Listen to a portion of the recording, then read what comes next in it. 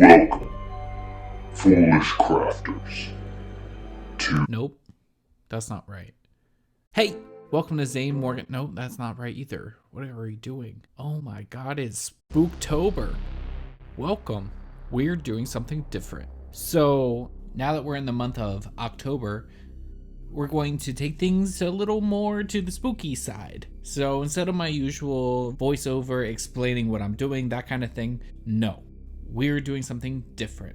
I asked people across the crafting community to submit any true supernatural stories that they had and that they wanted to share with you. So after months of collecting stories, here we are at Scary Stories with Zane Morgan Crafts.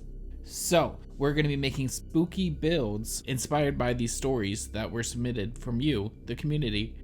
But that is the idea for October. Now, if you're not down with this, you're not liking it, don't worry. It's only for the month of October, so come November, back to normal. But if you do like it, let me know in the comments. So without further ado, let's get into the video. Welcome to Scary Stories with me, Zane Morgan.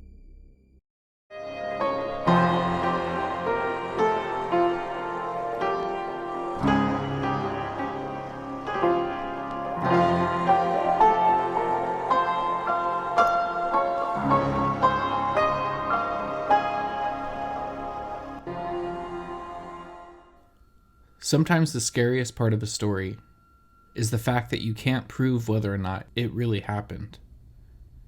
The following stories have been submitted by crafters like you within the tabletop crafting community. They have claimed these stories to be true, and I will be presenting them as such. Our first story takes place in rural southeastern Pennsylvania, an area that has history. This history, though, was supernatural. Countless ghost stories and tales of roaming spirits blanketed the winding roads, wooded stretches, and cascading hills. I was about 17 years old at the time. We had just moved to a home that we were told was, at its oldest part, about 400 years old. That dates it back to the colonies. The home was a rental on a large horse farm, and it sat on a graveled road which dead-ended at some woods. We were about 20 minutes drive from the nearest store, so needless to say, we were deep in the boonies. I've always been predisposed to the supernatural. I've had numerous experiences growing up, but the ones that took place at this farm, well, they're the most memorable. And it not only was experienced by me, but by my family. It was early fall, so the leaves were still on the trees, but the days were getting shorter, and the air was becoming crisp. I had started a new school, and when I told my classmates of my home, they would ask me if I knew of the tale of the ghost school teacher that roamed the street I lived on. I hadn't, but they had also mentioned lighted orbs appearing and disappearing the whole stretch of the road. While I never experienced the teacher, I definitely witnessed the orbs.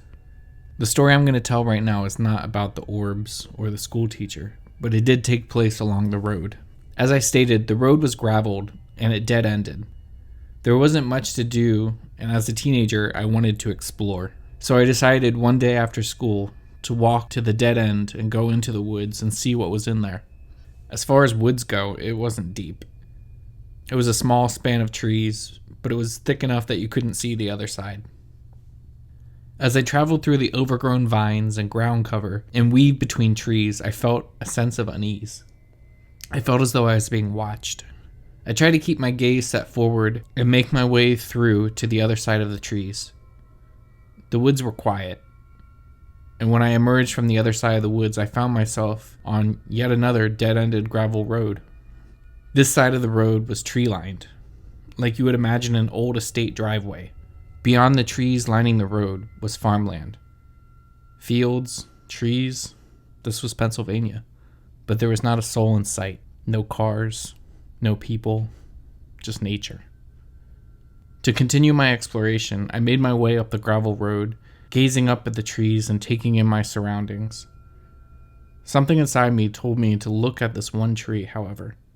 I made my way over to it, to the base, and I saw something shiny hanging in the branches. It was a watch. Nothing about it was extraordinary, but it was a watch out in the middle of nowhere, hanging on a tree branch. The clock hands were not functioning. The time had stopped at a time that now I really don't recall. But I took the watch and placed it in my pocket. I decided to check the other trees. I didn't find anything else, and I figured it was time to head back home as the sun was beginning to set, and I recalled the uneasy feeling of being watched. It was still there. My walk back turned into a brisk jog, which got me through the woods with little regard to the surroundings. The entire night, I felt uneasy. I decided to research watches hanging on trees, or the symbolism behind it, and I didn't get anywhere. The rest of the week, I repeated my journey every day, and I found a watch in the exact same spot every time. It was a different watch, mind you. Some of them were cheap, some of them were older, some of them new. But each one of them had stopped at the same exact time. None of the watches worked. The uneasy feeling continued. In each trip into the stretch of woods, I found myself feeling more and more like the world was closing in on me, and the growing sense of dread continued.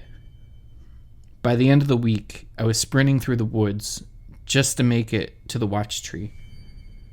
And the last time I was there was nothing on the branch. I searched around the area and I did not find any watches. I searched for any signs that anyone was in the area, and there was no one. Nobody. Not a soul. Just a bunch of trees along a gravel road in the middle of nowhere. That's when I heard a branch snap in the distance. And instantly I felt that uneasiness shoot up my spine. I didn't think twice. I bolted back towards the dead end into the woods. I needed to get home. As I made my way through the foliage, I heard frequent snaps and rustling behind me. I ran back onto the gravel road and made my way towards the house, not looking back once. I hadn't heard any sounds behind me once I left the woods, but I felt that burning sense of being stared at on the back of my neck. I think the thing that really bothered me the most once I was inside the house was that the downstairs windows did not lock. I ran up the stairs, I barricaded myself in the room, and for the rest of the night, I didn't look out any of the windows. I didn't hear anything or anyone in the house until my mom came home that night. I never did make my way back into those woods or on that side of the trees again. But there was always a sense of being watched. And I guess that's what happens when you quite literally find watches hanging on a tree branch out in the middle of Pennsylvania. You're being watched. The second story I'm going to read was submitted by Michael Lausier. It goes as follows. At the age of 5, my mother was home taking care of my newborn little sister, when my dad took me and my 2 older sisters out for trick-or-treating. As it got later into the evening, my father decided to take us to see if we could go find Resurrection Mary, a very well-known urban legend around Chicago. We cruised around the Resurrection Cemetery for a while, and it got to be about 11:45 at night, and I recall the time because my dad pointing out how late it was. I recall my father saying, "It's getting really late and Mike should get to bed. I don't think she's going to show up." We stopped at a gas station for my dad to use the restroom. My 2 siblings and I were sad to have to leave. As my dad got out of the car to use the facilities, we looked out the car window to see the cemetery. I saw a tombstone and 2 of the bars on the metal gate began to glow brightly. I asked my sisters, "Do you see that?" Mind you, I was a freak of nature who tested at a 5th grade level and 6th grade math level, so I was purposely not saying what I saw to make sure it was actually happening. My sister said, "The tombstone and the bars. Yeah, I see them." But by the time my dad came back, the glowing was gone, and he told us that it was just our imagination playing tricks on us. Skip ahead to my teenage years. My friends and I tried to find the gates so that I could look up info on whom the tombstone belonged to, so I could once and for all figure this out. No such luck. The gas station was long gone, and none of the gates looked like the one I had remembered. Skipping a few years more, I moved to Dubuque, Iowa, and was watching a show on, I think, the Travel Channel called Chicago's Most Haunted Places. They had a bit on Resurrection Mary, of course. It told of an incident at 11:50 p.m. on Halloween night in 1976. Police had received a call that a woman was trapped inside Resurrection Cemetery.